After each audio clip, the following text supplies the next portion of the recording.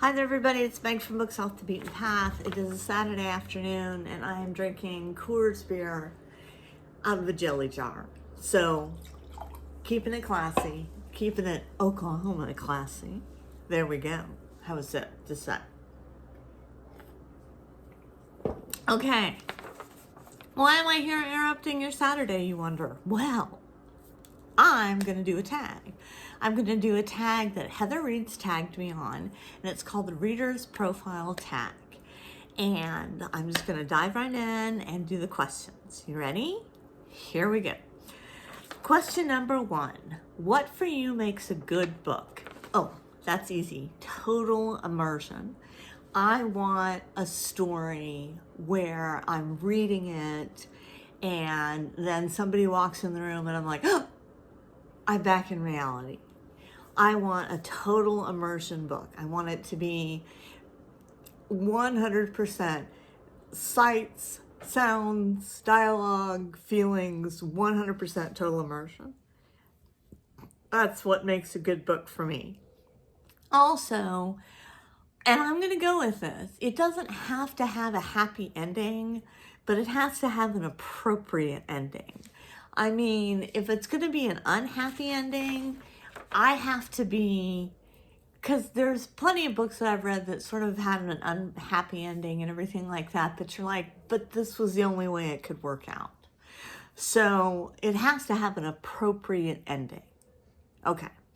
Number 2, what are you currently reading? Well, I finished reading A Dark Past, which was a romantasy by an indie author, and I haven't put my review up for that yet because always with my indie authors, I send them my review and then I say, are you okay with me reviewing it like this? And then they answer me back. So she hasn't answered me back yet. I don't know if that's a good sign or a bad sign. I gave a good review. I thought it was good.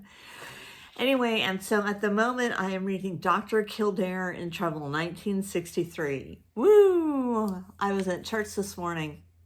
This is a funny story. I was at church this morning and we're all going around in our little Daughters of the King group. And we're all going around the table and everybody's talking about what they're reading. Some people are reading bestsellers. Some people are reading classics and everything like that. And I'm like, Dr. Kildare gets in trouble. So that's my mindset for today. I'm a little juvenile today. What's the last book you didn't finish and why? It is called, I have it right here, The Age of Reason, A Modern Reader, The Age of Reason. And I tried. Oh, I tried. I tried so hard. But I just couldn't do it. I mean, I just guess I'm not smart.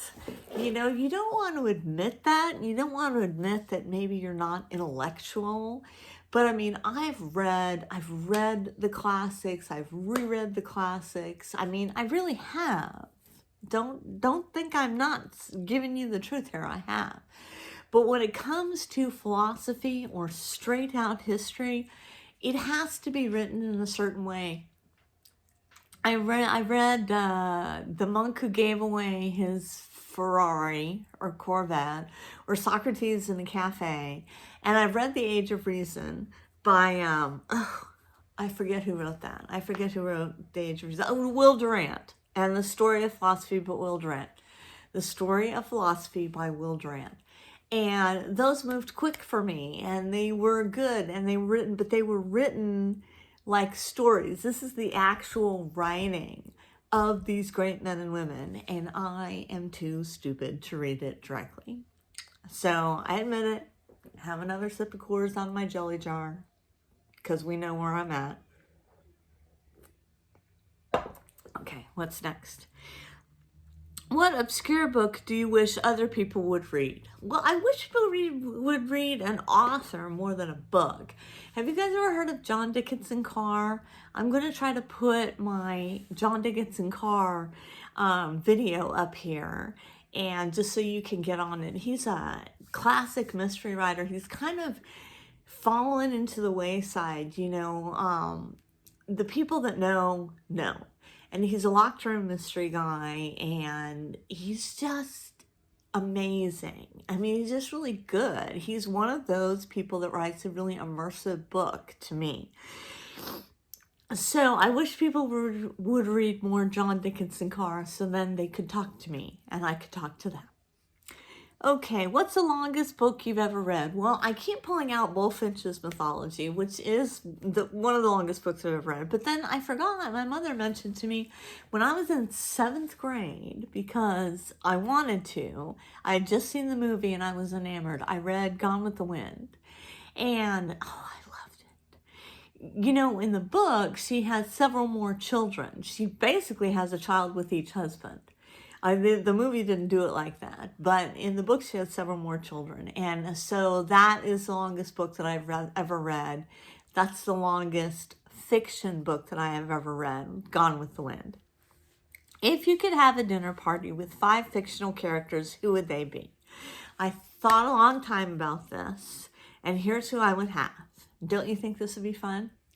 Hamlet, James Bond, Jane Eyre and Rochester, they could come as a couple, and Nancy Drew. And wow, I think that would be a fun dinner party. And I think we would have it in some sort of enclosed room in a nice restaurant, and we would just take our time and it would be leisurely and everything like that, because I have so many questions for each one of those characters. And that's who I would have. One more time.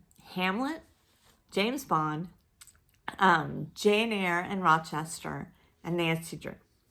So, yes, that's who I would have. 5 books if you wanted stranded on a desert island. Okay, these are more series. First off, I agree with Heather. I would have the complete Shakespeare, because you can reread those and always find something new. So I would have the complete Shakespeare. I would have all of my John Dickinson Carrs, which is a lot. He was a prolific writer. So I would have all of those. I would have my Cherry Ames series, to keep me bucked up because she's so perky. And then I would have the Barchester series by Trollope. So I'm kind of cheating. I wouldn't have 5 individual books. I would have series of books. Because if I was on a desert island, I'm not a survivalist by any stretch of the imagination. I would probably not make it very long. So those books would keep me busy while I was waiting to pass. One book you could not put down. That's an easy one. Call Me by Your Name. I read that in like a day and a half. And it still resonates with me. Still haven't seen the movie, but I just was blown away by that book. That book just was a love story, and it was complicated. I don't want to tell you what it's about if you don't know what it's about, because then it'll all be spoilers and everything like that. But I was page flipping on that, staying up late, couldn't put it down. 5 authors you will never read. I have 3. Proust. Is it Proust or Proust? Proust or Proust. I figure I should never read him because I can't pronounce his name. And he's probably far too intellectual for me. Stephen King, because I don't do Children in Peril, and it seems like that's all Stephen King does, is Children in Peril. When I was in college, throwback here, I had a friend who wrote in Stephen King's style, wrote exactly like Stephen King. And I didn't know that until years later when I read The Fog, the short story. I think it was a short story. And it was exactly like that. Don't like the style of writing, don't like the subject matter. I'm not a King fan. And then Grady Hendrix. I read 2 of Grady Hendrix's and hated them both. And the thing about Grady Hendrix is that he gets you in with a fantastic premise. And then you're just like, ugh. At least I was. So those are the authors I won't read. If you were to write a book, which I am writing a book, I'm writing several books at one time, what would it be about? Mystery, adventure, the paranormal. You got to have all those things I got to have all those things in my book to make it writable. And I've got some videos out there of me reading some samples of my books, and you guys have been so great. about giving me feedback on which ones you liked and which ones you didn't. And I've just been writing away and it's been a lot of fun. Anyway, so I'm going to tag some people. I'm going to tag Mark at Book Ramble. I'm going to tag Philip, A Poet Reads to Write. I'm going to tag Jess, TV Girl.